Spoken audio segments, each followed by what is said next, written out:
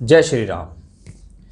आज हम बात करेंगे बृहस्पति के बारे में कि बृहस्पति देव कुंभ राशि में चल रहे हैं काफ़ी लंबे समय से और ये वक्री होकर चल रहे हैं।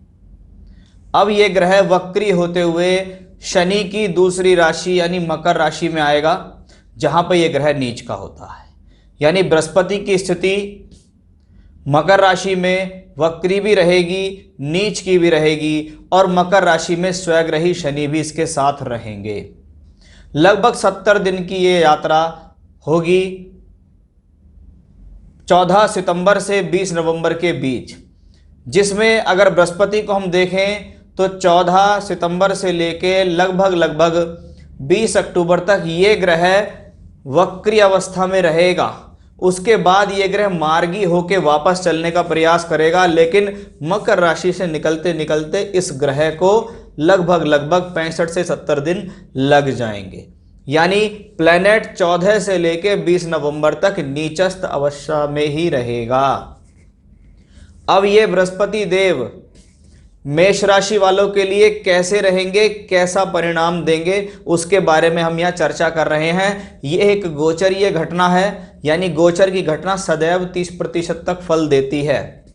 अगर आपको बृहस्पति की महादशा अंतर प्रत्यंतर चल रही हो या शनि की महादशा अंतर प्रत्यंतर चल रही हो तो ये आपके लिए ज़्यादा प्रभावी हो जाता है।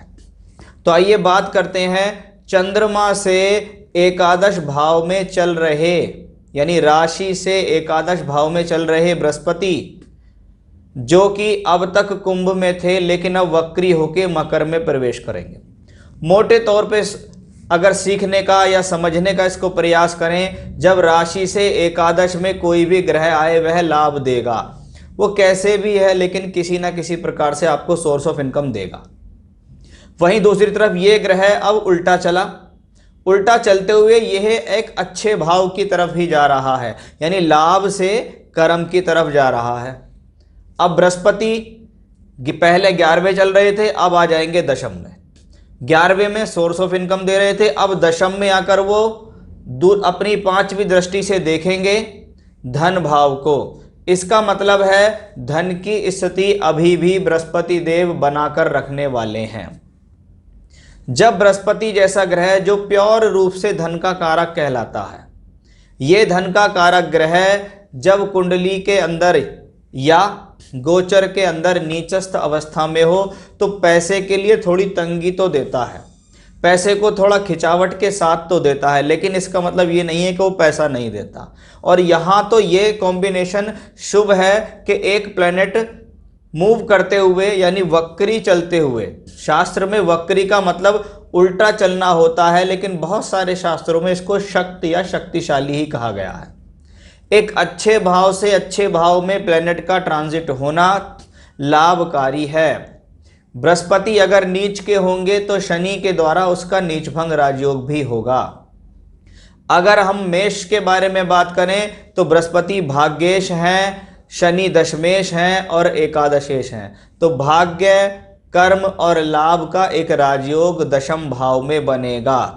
यानी 70 दिन तक ये प्लैनेट इसी राशि में मूवमेंट करेंगे। भले ही वक्री होंगे लेकिन वक्री ग्रह को षडबल में चेष्टा बल मिला हुआ है, यानी ये ग्रह खराब नहीं होते।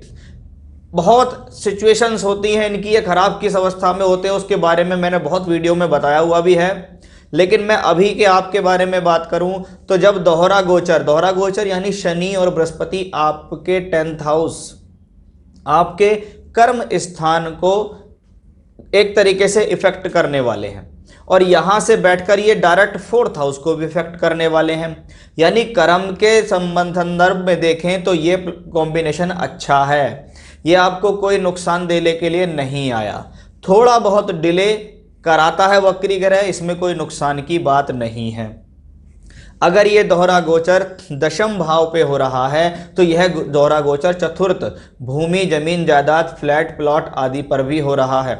यानी इस दौरान मकान से संबंधित कोई स्थिति, सेल या परचेज, कोई रेंट पे प्रॉपर्टी को देना, घर के अंदर रिनोवेशन कराना या परिवार के अंदर कोई अच्छी सामग्री खरीद कर लाना, घर के लिए कोई बड़ी चीज़ ले आना, कोई वाहन ले आना या कोई छोटा मोटा प्लॉट आदि खरीद देना भी इस कॉम्बिनेशंस के लिए अच्छा ही है, क्योंकि ये कर्माधिपति और धर्माधिपति राजयोग भी बना रहा है, क्योंकि एक भाग्य स्थान का मालिक है, वहीं दूसरा कर्म स्थान का मालिक है। यानी 10th हाउस कर्म स्थान भी बढ़िया हुआ और 4th हाउस भी बढ़िया हुआ।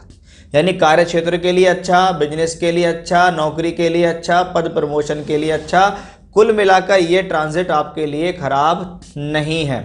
इसलिए नीच के बृहस्पति या वक्री बृहस्पति से घबराए नहीं।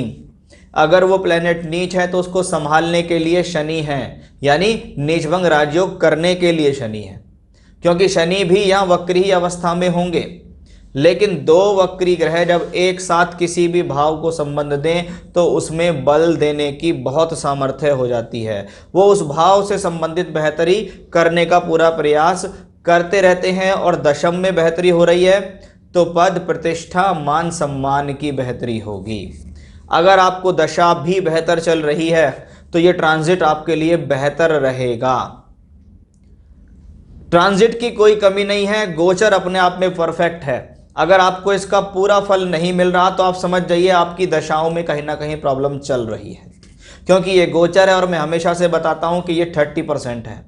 इससे घबराने की जरूरत नहीं है। अपनी दशांतर दशा कुंडली देखो, अगर प्लेनेट की पोजीशन वहां भी अच्छी है तो ये ट्रांजिट आपके लिए सोने पे सुहागा।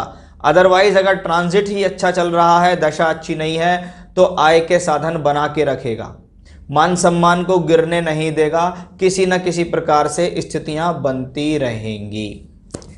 तो ये था बृहस्पति जो मकर राशि में इतने दिन तक रहने वाले हैं, उनका आपकी राशि पे क्या फर्क पड़ने वाला है, उस दौरान आप किन किन चीजों से प्रभावित हो सकते हैं, क्या मिलेंगे आपको फायदे, क्योंकि यहां धर्म, कर्म और लाभ का अच्छा कॉम्बिनेशन कर्म भाव में बन रहा है, जिसको हम धनयोग प्लस राजयोग दोनों कह सकते हैं। तो ये था मेरा आज का विषय कि बृहस्पति देव अगर मकर में आएंगे, वक्री रहेंगे, नीच रहेंगे, तो आपके लिए कैसे रहेंगे, उसके बारे में मैंने आपको यहाँ समझाने का प्रयास किया है। फिर से नए विषय के साथ आपके सामने हाजिर होऊंगा मैं, तब तक के लिए बने रहिएगा मेरे साथ। जय श्री राम।